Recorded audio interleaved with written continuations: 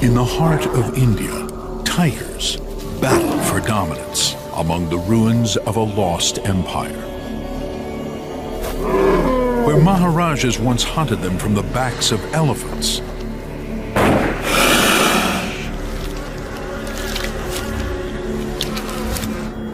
tigers now call this remote, protected wilderness home.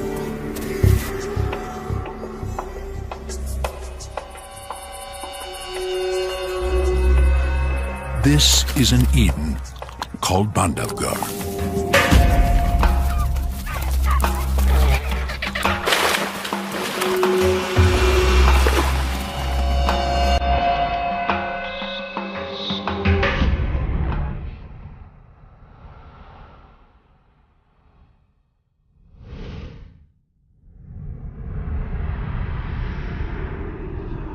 The Bandhavgarh Plateau. A massive block of sandstone with sheer walls rising 1,000 feet from the jungle floor. It is one of the last strongholds of the Royal Bengal tiger. After 20 centuries of civilization, Bandhavgarh is abandoned by all except one solitary priest.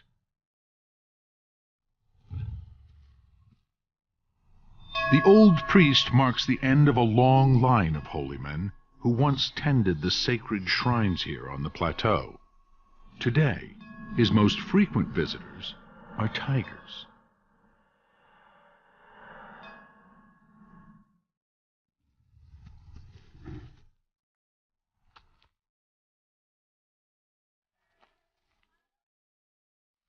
Centuries ago, Bandhavgarh was the capital of a powerful dynasty, ruled by a line of devout Maharajas, followers of a pantheon of Hindu gods.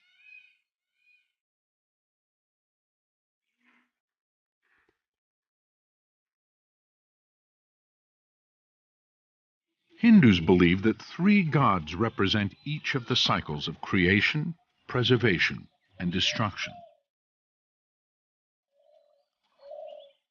This is Vishnu, the preserver of life.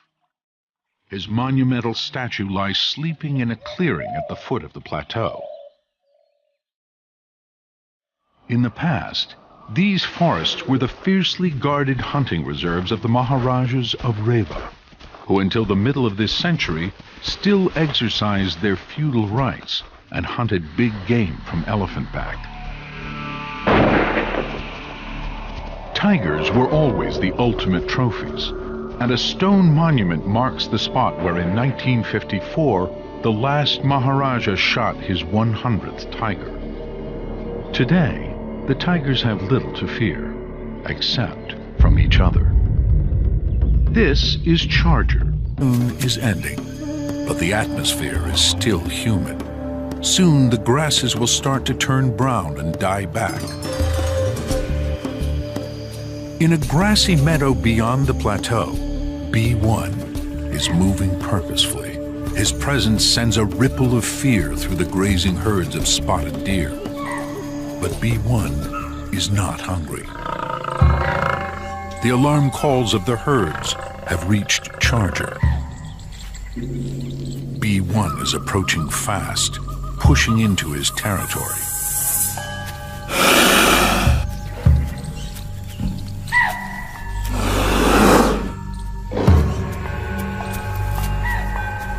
The old tiger is forced to retreat, but with B1 deep in Charger's area, a confrontation is inevitable.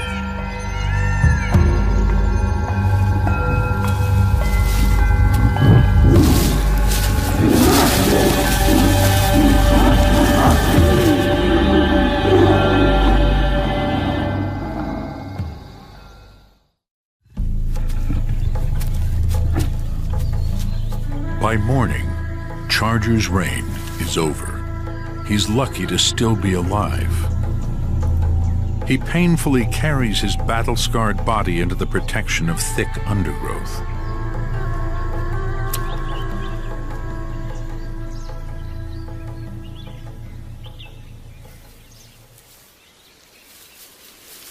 B1 has not escaped uninjured. But unlike his grandfather, B1 is young, and his wounds will heal quickly. Be it the rise and fall of great and powerful dynasties, or the individual fortune of a particular tiger, Hinduism provides an overarching philosophy which places all existence on the same wheel of fate. Destiny is driven by karma and is overseen by a trinity of gods and their numerous incarnations.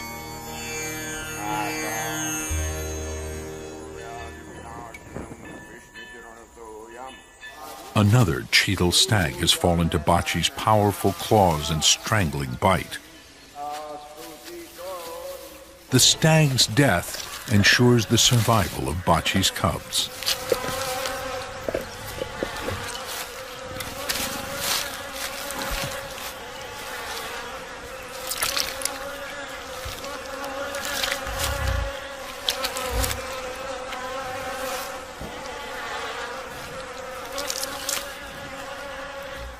Different species have evolved to position themselves at different points of this wheel of birth, life, and death.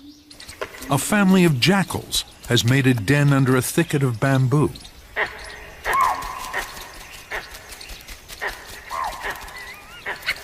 These cubs were born only a few weeks ago, but the den also holds another generation of jackals, older cubs, that will suckle alongside their younger siblings.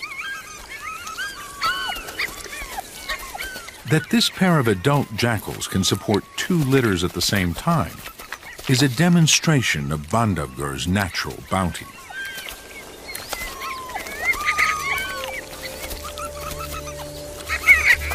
Providing for the scavengers are the predators. With 2 hungry cubs to feed, Bachi has to kill more and more often.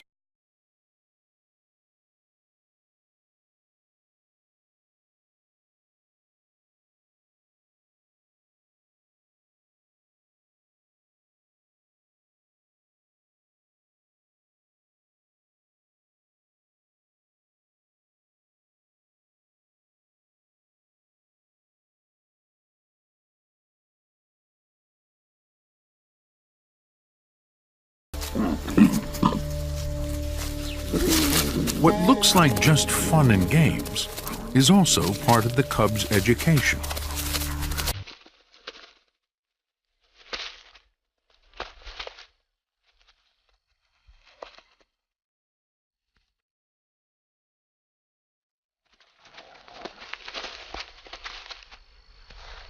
They need to learn fast, and each day Bachi leads the cubs to new challenges. A small step for Bachi, but this is a giant leap for a youngster. Tiger cubs learn all they know from their mothers, and these are the critical formative months. Ow!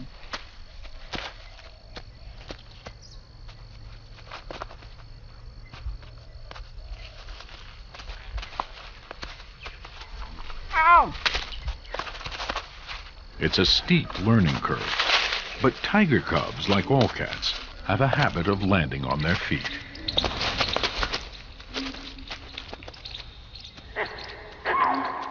Bachi calls an end to play. Obediently, the cubs follow her.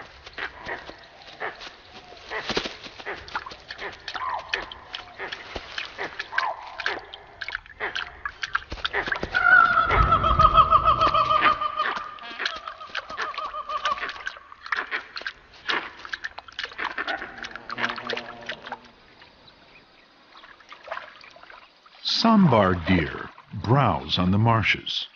It's business as usual for prey and predator.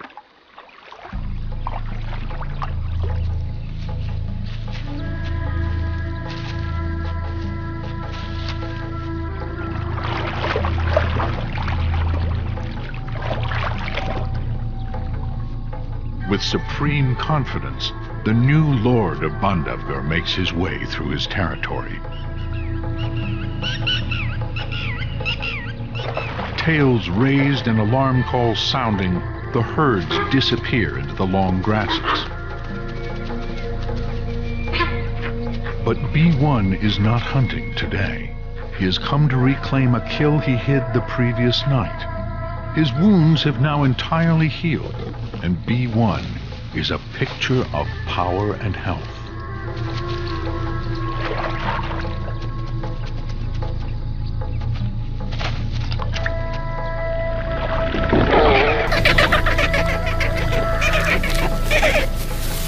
Tigers attract attention wherever they go in the forest.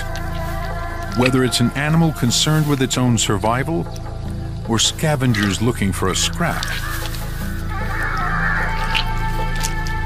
B1 is the center of attention in Bandhavgarh. Attempts to hide the remains of a kill in broad daylight aren't likely going to work. It's doubtful that there will be much left for it if B1 bothers to come back to finish off these remains.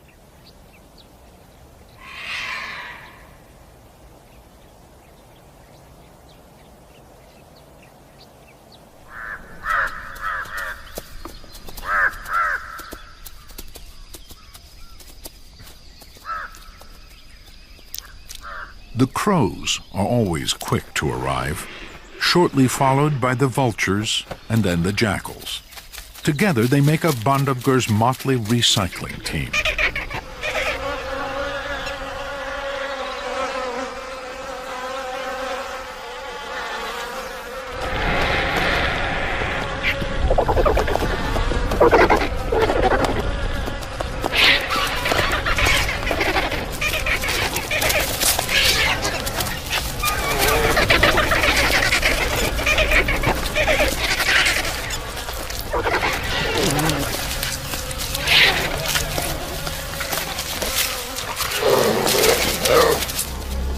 This male jackal runs the gauntlet of sharp beaks, hoping to grab enough food to take back to his den. Heavily outnumbered, he stands his ground. He has a family to feed.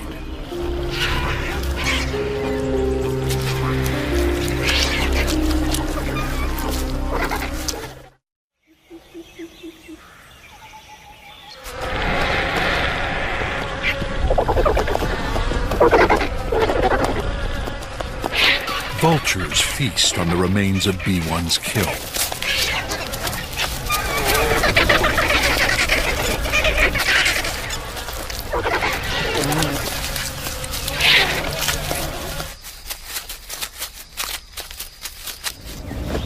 After running the gauntlet of sharp beaks, the male jackal heads back to his den with food for his family.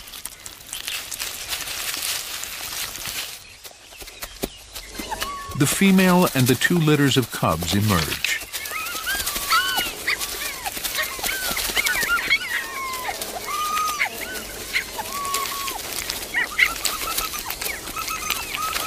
The hastily consumed meal is regurgitated for the entire family to share.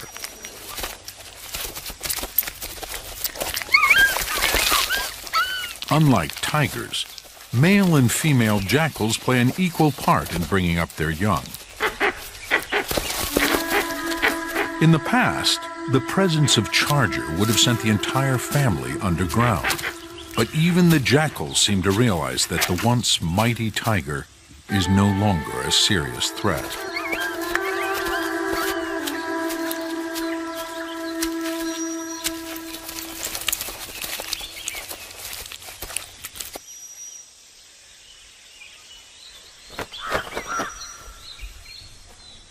When the adult jackals are away from the den, the ever-vigilant crows grow bolder.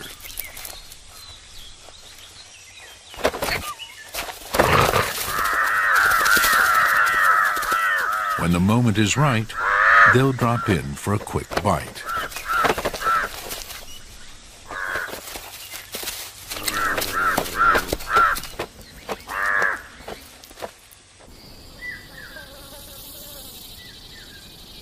It is now early summer, and the temperature is rising at Bandhavgarh.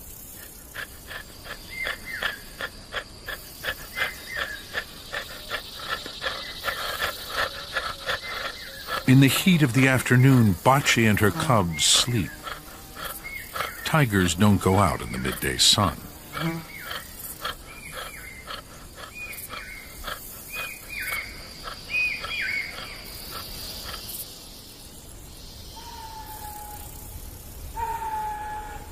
In the grass meadows, the cheetah have begun their annual rut. Stags call to the females, and peacocks, displaying their feathered finery, are also in search of a mate.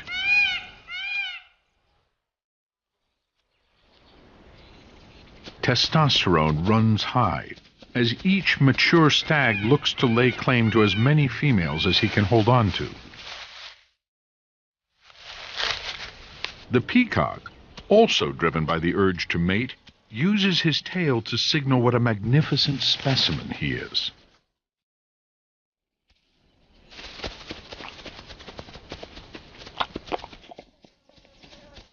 The grasslands are being divided up into the different harems of the most successful stags. The peacock has finally attracted some attention.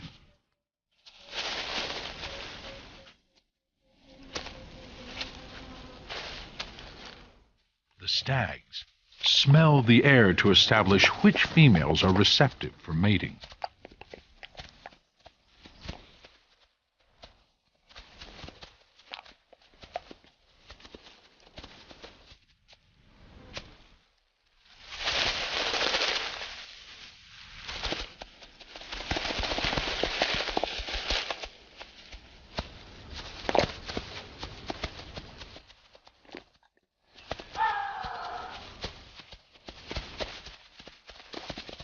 Disputes are settled in the field, with rival males joining antlers.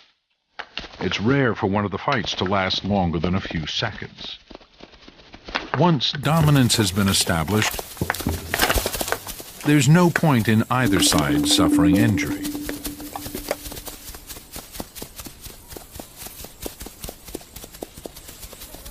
During the rut, the tigers can capitalize on the cheetah's lack of vigilance.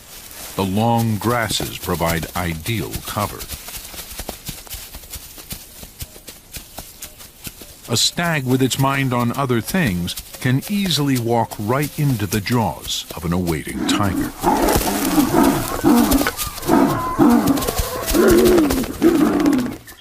The old priest has witnessed the turning seasons of Bandhavgarh many times. The same drama is played out year after year. It is now B1's turn to occupy center stage, his stomach full after a heavy meal of fresh cheetle.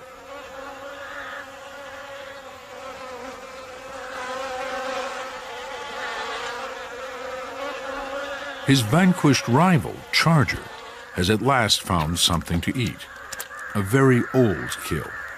Although it's putrefying and rank, it is still welcomed. All tigers will scavenge. The appropriation of another's kill is a mark of dominance, a perk of being a tiger. But this rotting carcass is a little too ripe, even for Charger. He takes it into the water to wash it, to get rid of some of the flies, and to cool off.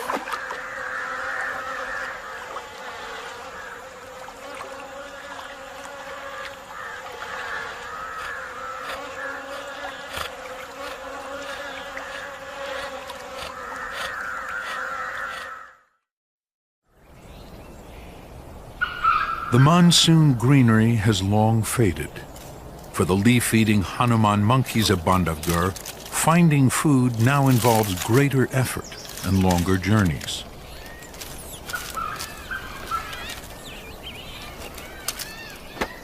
Hornbills also set off across the sparse canopy in search of summer bounty.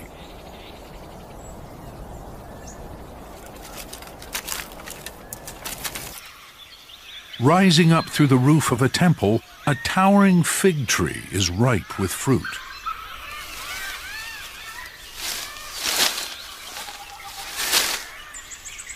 Langurs and hornbills converge in the branches to feast.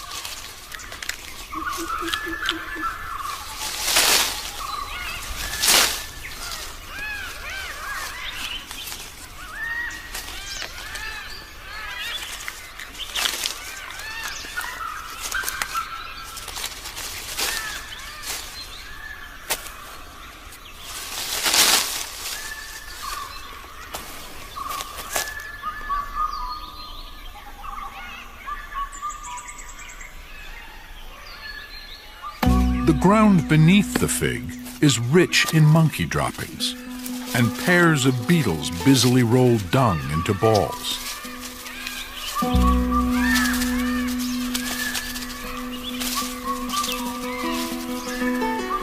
The whole process is part of the dung beetle's reproductive cycle, but also a part of a much larger system of regeneration.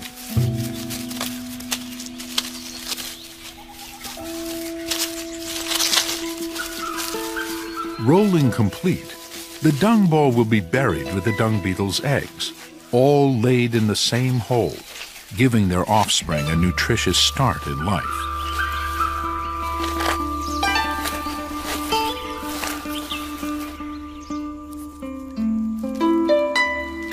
The operation over, male and female fly their separate ways.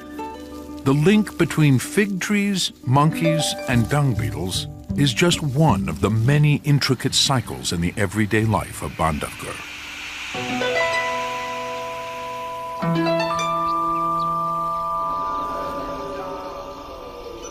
The seed of a fruit eaten by a monkey or a hornbill falls to the ground.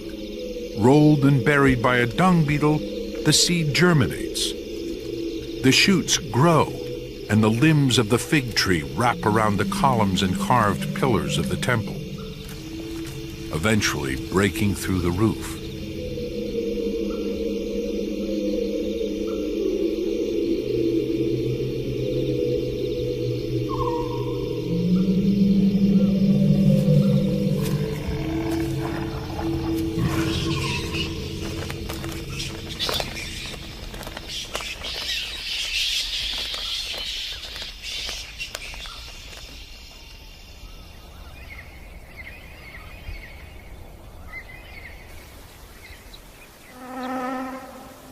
By April, the grasses are brown, and the water holes have all but dried up.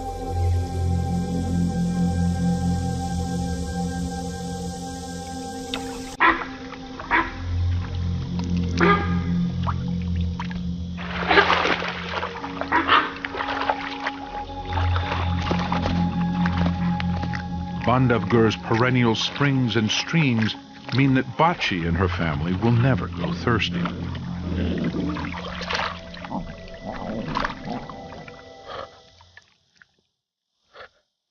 Others wait at a safe distance until the tigers have finished.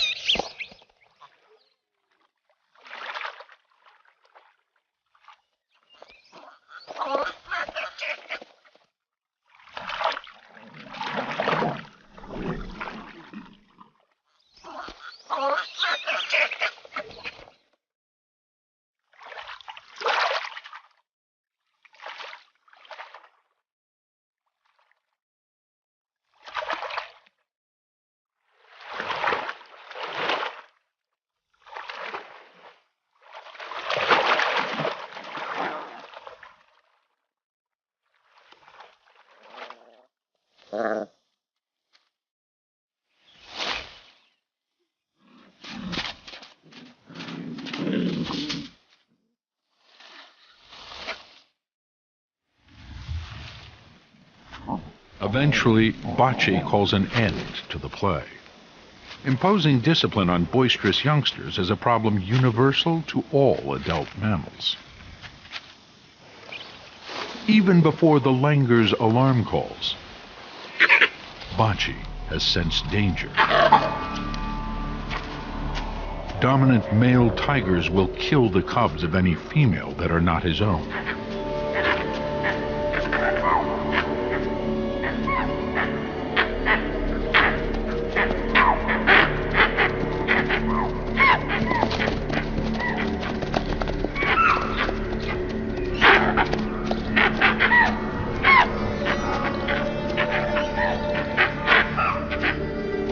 With just the flick of his tail, B1 sends the herd scattering in fear. Although B1 is her son, Bachi is taking no chances and moves her cubs away from the grassland.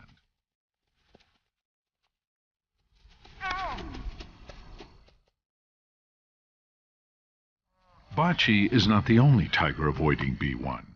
Charger cannot afford another encounter with his grandson.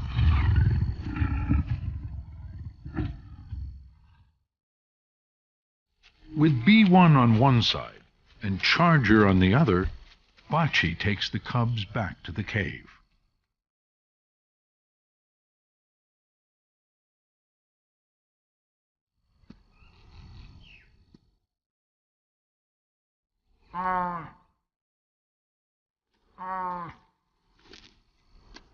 The cubs seem to instinctively appreciate the danger and will wait here in silence until Bachi returns.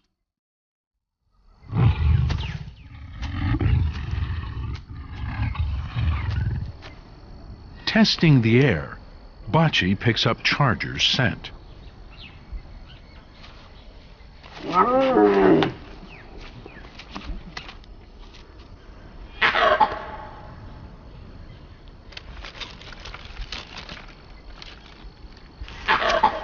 The tigress leaves her own scent for Charger to follow.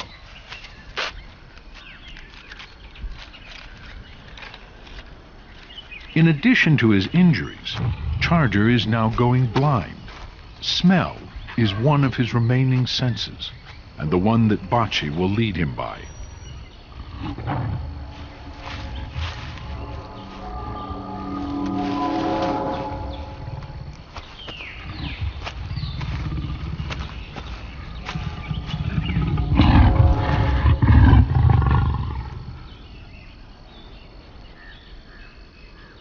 Bachi has successfully drawn Charger away from the cave toward the water hole.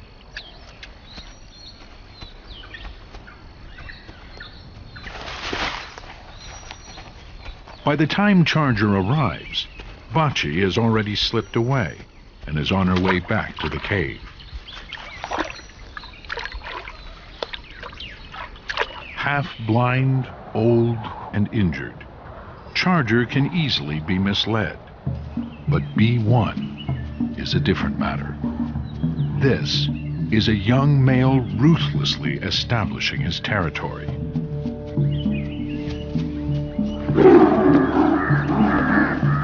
B1 has killed a cub. Killing cubs sired by other males ensures that only the genes of the new dominant tiger will survive. B1 is simply following these deep instincts.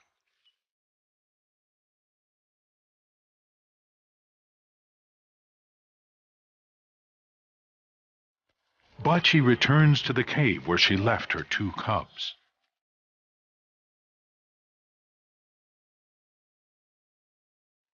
She is unsettled and apprehensive.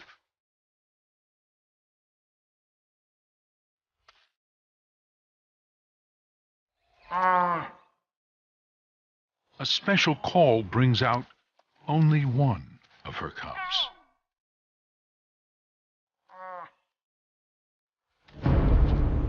Finally, it is joined by the other. It was not Bachi's cub that B1 killed, but the offspring of another tigress.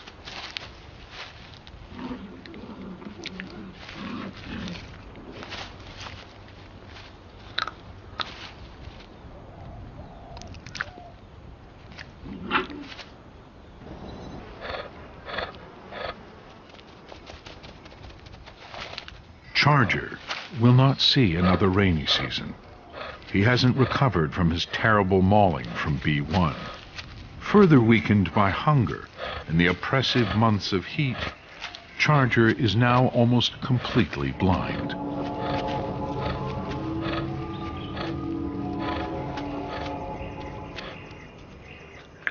He makes his way to a cave at the base of the plateau and lies down for the last time.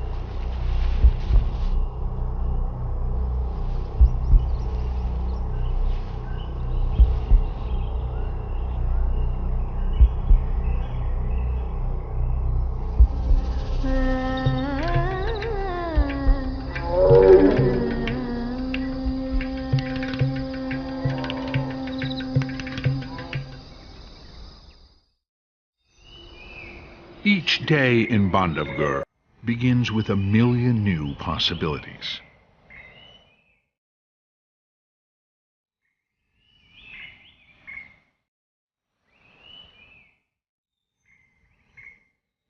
In another cave in the honeycombed foundations of the Great Plateau, B1 has female company. It's the tigress whose cub he killed.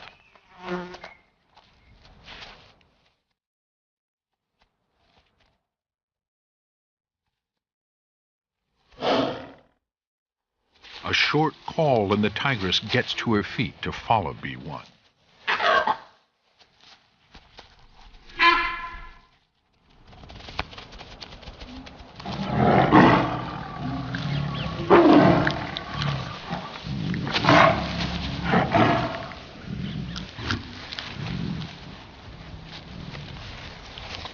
While the tigress is in heat, the pair will stay together, mating frequently throughout the day.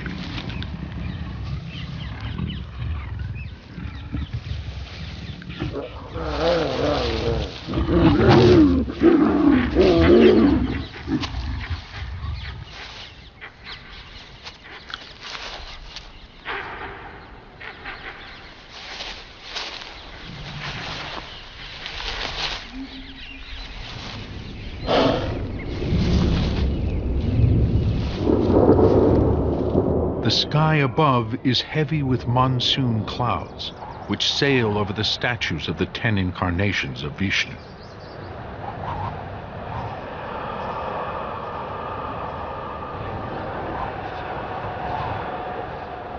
As the old priest gazes out across the familiar plains, he knows he might not witness another season. His only certainty is that the monsoon rains will once again fall and transform the lives of every creature in Bandhavgarh.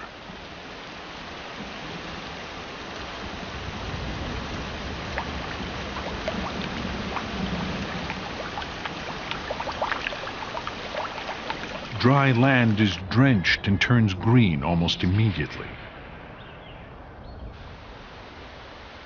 The sleeping Vishnu, like a chameleon of new life, changes color.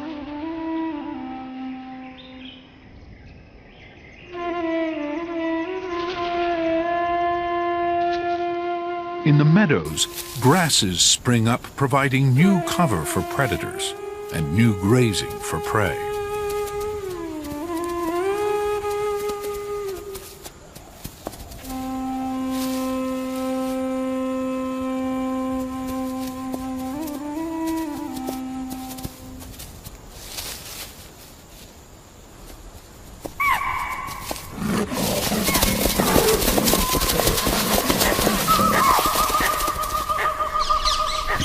A leopardess drags her kill across the green shoots of new growth. It's a race against time. Already the vultures are in the sky scanning the landscape. Their presence will draw unwanted attention, and the leopardess knows she must get the kill under cover as quickly as possible.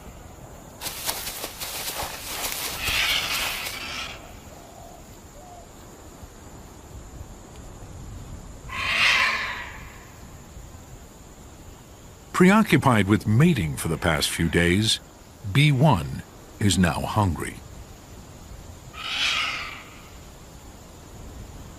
Leopards must eat what they can as quickly as they can.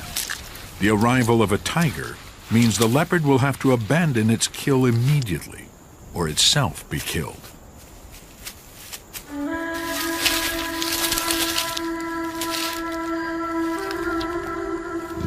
The meal is over for this leopardess. B1 has arrived. Far better climbers than tigers, the leopard makes for the safety of the upper branches above her now abandoned kill.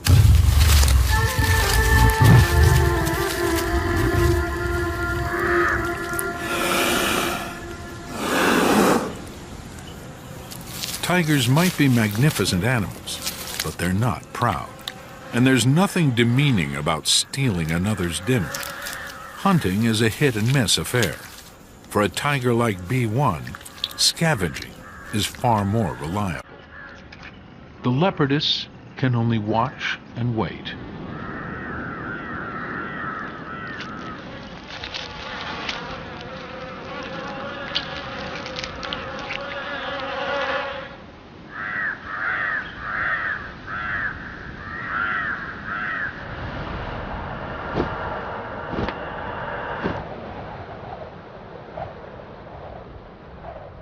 The canopy of Bandhavgarh is once again flush with new growth and new life. The temperatures fall as summer ends and the cold winter months set in.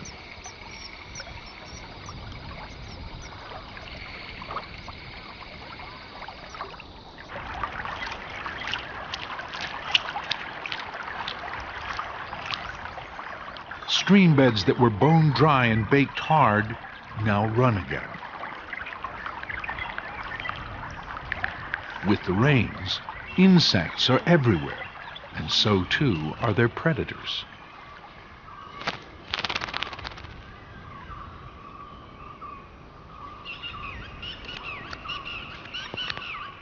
A pair of migrant cranes announces the start of winter with their arrival.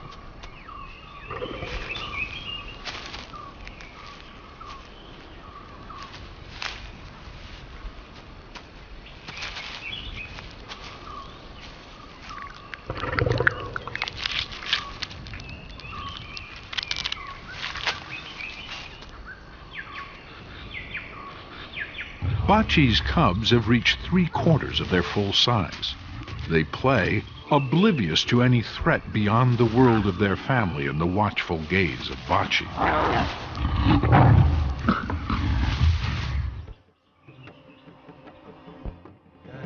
The priest on the plateau has silently witnessed the dramas played out below the temple.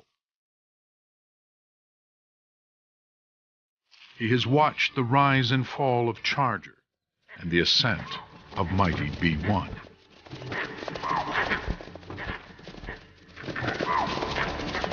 The Maharajas have come and gone. The future belongs to the next generation of tigers in an Eden called Bandhavgarh.